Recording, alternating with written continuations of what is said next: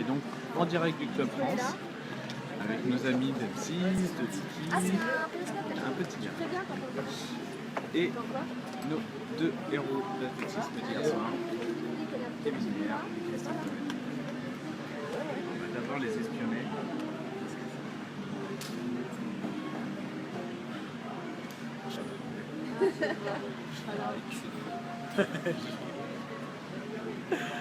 T'as le droit aujourd'hui. Ce que tu veux. Ça va, le micro, toi? Bah écoute, je l'ai pas encore tendu, donc sinon ça va. C'est bon pour tout le monde? Ouais. Comment ça va? Très fatigué. Je voulais voir ma famille avant tout. J'ai pu les voir 2 heures. Je me suis couché à 4 heures, levé 6 heures pour faire la tournée des médias.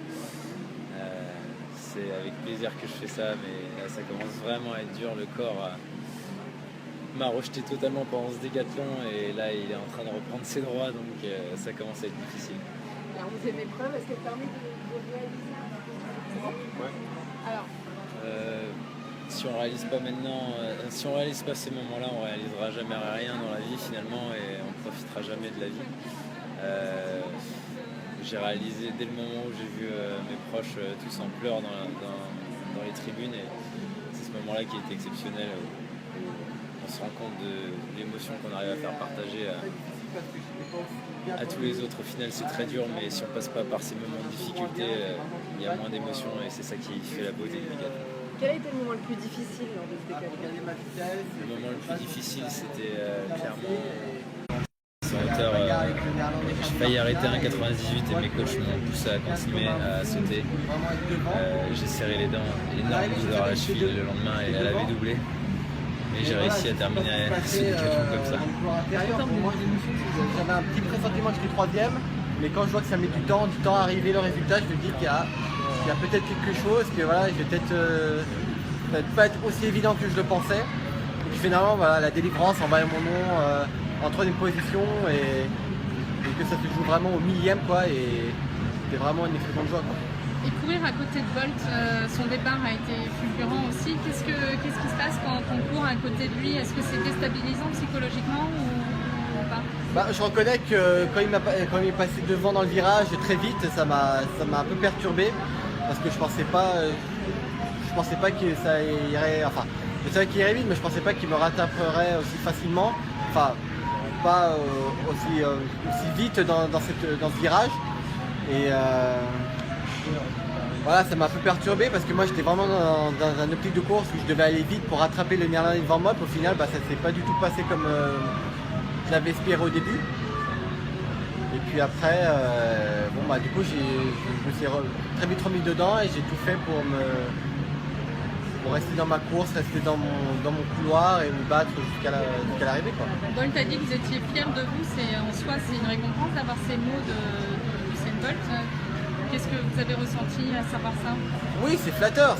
Après, on court pas pour être flatté, on court pour les titres et les médailles. Mais après, c'est vrai que c'est sympa de sa part, d'un gars qui est recordman du monde et multi-médaille olympique, champion olympique, pardon. Et voilà, c'est toujours flatteur quoi. Vous parlez pas d'une revanche mais d'une résurrection? Vivre ces moments-là, c'est juste la récompense suprême de tout le travail que je peux accomplir pendant toutes ces années. Merci. Avec plaisir. Et la médaille? Demain, ce soir. Ce soir.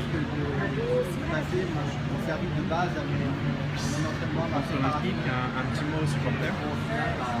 Un petit mot aux supporters, merci à tous de m'avoir supporté. J'ai tendance à dire que soit on a, je le répète souvent ça, mais c'est devenu un peu ma phrase on va dire, soit on a le poids de tous les supporters sur les épaules, soit on se laisse porter par eux. Et je me suis laissé porter par eux, ils m'ont permis de me transcender dans chaque épreuve et de m'amener au plus haut de ma performance. Donc merci à tous, c'était 2 jours exceptionnels que j'ai partagés avec tous les Français. Et ça c'est quelque chose d'unique, de précieux qu'il faut garder à jamais. Tu connaissais Heinrich Ilias avant On m'avait déjà parlé qu'il n'y avait eu qu'un seul médaillé dans le décathlon en 1948. Je suis fier de rapporter une 2e médaille médaille olympique à la France au décathlon. J'espère que ce sport va enfin être un peu plus connu, un peu plus pratiqué, puisqu'il le mérite énormément. Les changements. Le relais. Ouais. Un peu plus par là. Un petit relais. Bravo. J'ai reçu des messages d'Élodie toute la nuit. Ah bah oui, bah oui. Il m'a harcelé. Oui. Comme d'habitude. Comment vous l'avez vécu? C'est une grande surprise. Cette médaille n'était pas du tout inattendue, au contraire, toute cette année, beaucoup de personnes m'ont mis la pression par rapport à cette médaille. Tout le monde savait que j'avais le potentiel de le faire, maintenant il suffisait que j'ai le mental pour y arriver. Enchaîner 10 épreuves dans le plus haut niveau, c'est quelque chose de pratiquement impossible et c'est au-delà de la performance, c'est ça que je retiens, c'est que j'ai réussi à enchaîner mes records, mes meilleures performances de la saison avec beaucoup de plaisir, beaucoup de difficultés, mais à chaque fois j'ai réussi. Imaginer encore repenser à tout ce qui s'est passé, le moment où j'aperçois enfin que je suis médaille bronze, le moment où voilà, c'est enfin moi qui monte sur le podium olympique, ça commence juste à se réaliser vraiment. Je pense que ça se réalisera quand vraiment quand j'aurai en face une médaille autour du cou ce soir. Mais ouais, franchement c'est un truc de fou. Vous avez parlé, Christophe, après la course, non pas de revanche, mais de résurrection, c'est fort. Vous avez toujours le même regard là-dessus, c'est une résurrection. Totalement. C'est vrai qu'il y a des années galères, les années précédentes qui ont été très dures avec des contre-performances, des championnats en demi-teinte, des blessures. Mais voilà, j'ai pas couru pour effacer ça, j'ai couru vraiment pour moi, j'ai couru pour montrer, pour prouver vraiment à moi-même que je peux être capable de faire de grandes choses. Et cette médaille vient effacer tous les années galères et pour recommencer en espérant que ça va me relancer dans une bonne dynamique et voilà, en espérant que ça continue et que les années futures seront du même acabit. Ça veut dire que vous doutiez de ça, que vous étiez capable de monter sur un peu de médaille? Douter, pas spécialement, parce que comme je l'ai dit, voilà, j'ai jamais douté en mes capacités, en mon potentiel, aux entraînements que j'ai faits. Mais c'est vrai que quand voilà, tu as des années qui s'enchaînent et qu'ils ne sont pas du tout dans le réseau, et que tu n'as pas le résultat escompté, c'est vrai que ça fait mal, quoi. Ça fait mal parce que tu te donnes vraiment à fond dans ton entraînement, dans ton projet, et au final tu n'es pas récompensé, ça fait mal, quoi. Tu le vis mal. Donc c'est vraiment pour ça que j'étais vraiment content d'avoir cette médaille. Pas dans le fait que je ne pensais pas capable, mais dans le fait que voilà, ça fait du bien vraiment de s'en sortir récompensé par tous les efforts et tout le travail qu'on a fait jusqu'à maintenant, quoi. Vous avez déjà bien marqué l'histoire du sprint français avec cette médaille la sous-courante au-dessus de la Mizuno.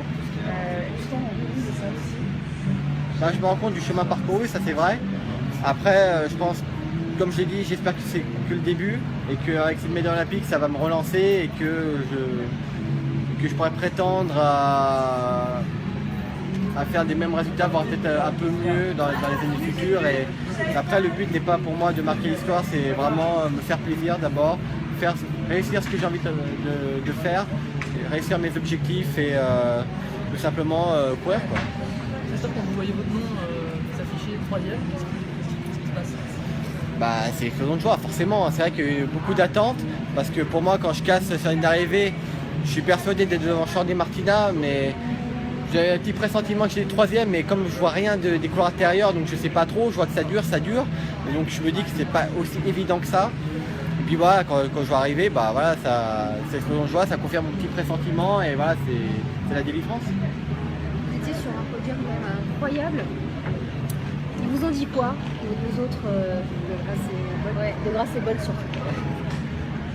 Bah après Bolt, on n'a pas vraiment discuté, il m'a félicité de ce que j'avais fait quand il était en conférence de presse, des médaillés. Après, voilà, j'ai fait un peu plus tard des mots qu'il m'avait dit, qu'il avait dit à mon égard, et c'est vrai que c'est flatteur. Après, ça reste quand même un adversaire, mais bon, de la part du plus grand sprinter de tous les temps, du recordman du monde, ça fait toujours quand même un peu plaisir, ça c'est sûr, ça prouve que voilà, il a le regard sur les autres et pas seulement sur lui, et que voilà, que c'est un bon gars, quoi. Super. Merci. Christophe, un dernier petit mot pour les supporters de l'équipe de France Olympique en direct. Tout simplement que je leur remercie du soutien. Je pense qu'il m'a raconté qu'ils étaient nombreux à me soutenir et je pense que voilà, c'est en partie grâce à eux que je suis là aujourd'hui, à leur soutien. J'ai eu beaucoup de soutien pendant mes épreuves, avant ma course et voilà, ça me fait plaisir de rendre tout ce soutien avec une médaille de bronze, quoi. Merci pour eux. Félicitations.